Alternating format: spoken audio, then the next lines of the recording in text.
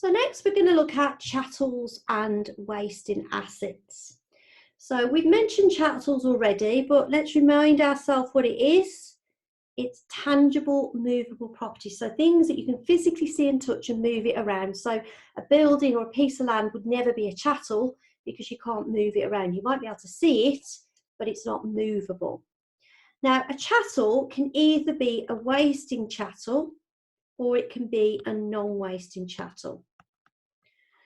And we need to categorise it correctly because a wasting chattel is something that will not exist for more than 50 years. So it's usually things like assets, and live animals. And the importance of this is that the chattel will be exempt from capital gains tax. So if you see anything that's going to exist for less than 50 years, then you're just going to say in your answer that it is exempt. That's nice and easy to do. A non-wasting chattel is something that will exist for more than 50 years, and they've got special rules. Now, these are what the rules are, but I'm just going to write here, see table ETO. All right, you can come back and look at this if you wish to, but this table, I would say, you need to learn. So what you do is you look at the situation, you say, okay, what am I doing with the proceeds? So do I sell it for more or less than 6,000? And how much did this asset originally cost me? Did I buy it for more than 6,000 or less than 6,000?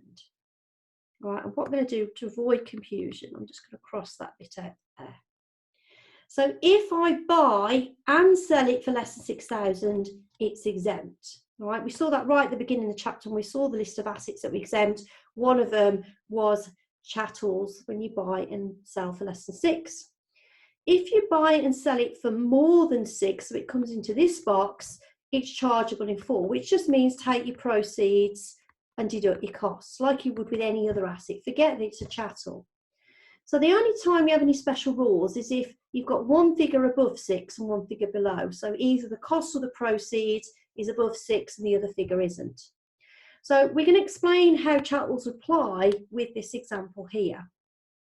So the first thing we've got 7 paintings. So a painting is an example of a chattel, tangible, movable property. I can see the painting, I can pick it up, I can move it. We've got to work out for each of those 7 paintings. So if we look at these options here, these are the proceeds and these are the costs. We're first of all going to identify whether there's anything that's exempt. So I'm looking for something where I sell and I bought it for less than 6,000. So if we go along here, item A is exempt, bought it for 3, sell it for 5.5. And if we carry on across, we've also got item E. Bought it for 5, sold it for 4. So it doesn't matter whether it's a profit or a loss. If both of those figures are less than 6, then we're going to say it's exempt. So all of the others have either got one or the other figure above 6, or in some cases both. So let's have a look at each one. So item A is exempt, so let's start with B. So B, proceeds are 7 and cost is 2. So it's not exempt because the proceeds are bigger than 6, even though the cost is left. So if we go up to a table, proceeds more than 6, but cost is less. So it comes into this box, right? So this is asset B. So asset B, calculate the gain as normal and compare with 5/3 of the gross proceeds less 6,000. So what that means is when you've worked your gain out as normal, you work out the maximum that you can be taxed on, which is 5/3 of proceeds less 6,000. So what did I sell it for minus the limit? So how much are you going above the £6,000? And if we calculate that, it gives us 1,667. And this means that even though the actual gain is 5,000, because the cost was less, the gain is being restricted to 1,667. So that's what I'm going to get taxed on, even though the real gain as such was 5,000. So if we move across to C, proceeds 13,600, cost 1,000, and we're in exactly the same position as B. We sold it for more than 6, but we bought it for less. So we've got to do that 5/3 calculation. 5/3 of proceeds minus 6,000. So when we look at C, the calculation there is 12,667. Now this time the figure is bigger. So it's saying the most I can be taxed on is 12,667, but my gain is already only 12,600. So I'm going to stick with what I've already got. All right, so B and C are both examples of what goes on in that box. All right, let's write here assets. What did we say? A and E. That's right, asset B and C, A and E. Let's look at what we do with D next then. So D, we sell it for 9.5. We bought it for 7. Now in this example, both of the figures are above 6,000. So we just calculate the gain as normal. We don't need to do anything special with it. So that would be asset D. Okay. E we've said is exempt, so last two we've got then F. F we sell it for 4.5 and we bought it for 8. So it's the opposite way round, isn't it, to B and C? This time the proceeds are less than the cost, which means we're going to make a loss. So proceeds are less than 6, cost is above. This is an example of what's going on in this section of the table. Allowable loss, but proceeds are deemed to be 6,000 to restrict the loss. So what it's saying there is, even though I actually sold it for 4.5, for my loss calculation, I'm going to treat it as if I sold it for 6. So rather than have the actual loss of 3,500, I'm only going to get a loss of 2,000. And the final one, G. G is just a normal calculation. Both figures are above 6,000. I sell it for 7, bought it for 8. Yes, it's a loss, but I'll just calculate the loss as normal, right? Because it is just a normal transaction. I don't need to restrict the loss because both figures are above 6,000.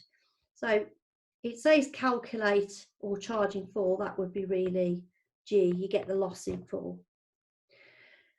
So the final thing that the taxpayer would do is that they would take these figures we've calculated and we would add all of those assets together. So B, C, oh no, we don't want that.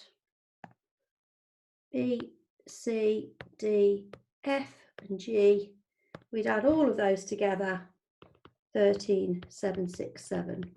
So that would be my chargeable gain, which we may be able to reduce with losses and annual exemptions before we pay the tax. So we pretty much might get it down to nothing by the time we've done our deductions, but that's as far as the question goes. It just asks you to work out the net gain. So at that point, the question is finished. Now on the next page, there's a little bit about the wasting assets that are not chattels. So wasting assets, remember, are things that last less than 50 years. So it's not a chattel, it's not you know, a dog or a horse or something like that. It's something else. Normally it's something that's intangible, and the examples they've given you there includes 2 intangibles, copyrights, licenses. So intangibles, you've looked at them in FR, the things you can't physically see and touch, but they've got a value. So if you buy a license, it will enable you to do something for, say, 10 years. If you sell it after, say, 3 years, you're not going to be able to sell it for as much because you've already used some of the license. So what you have to do is work out a proportion of the original cost based on the life of the asset. Now, it's normally quite straightforward. If we look at this illustration here, Joe bought a copyright, so that would be classed as a wasting asset because it's got a life of 40 years, less than 50. So he originally paid 10,000 for it and he sells it 15 years later for 30,000. So that was the original cost. and that was the proceeds. Now, I can't just net them off, proceeds and cost, because that was the cost for 40 years, and now he's selling it 15 years later. So the life that he's selling, life that's left on the asset, is only 25 years. So what we do when we work out the cost is we just do it on a proportionate basis. We say, well, if 10 grand is what you pay for 40 years, we'll assume every year costs the same. And what I'm doing is I'm selling 25 years worth. So the proceeds are 30 and the cost in a proportionate basis for 25 years is 62.50, and that gives me my gain to add to all my other assets.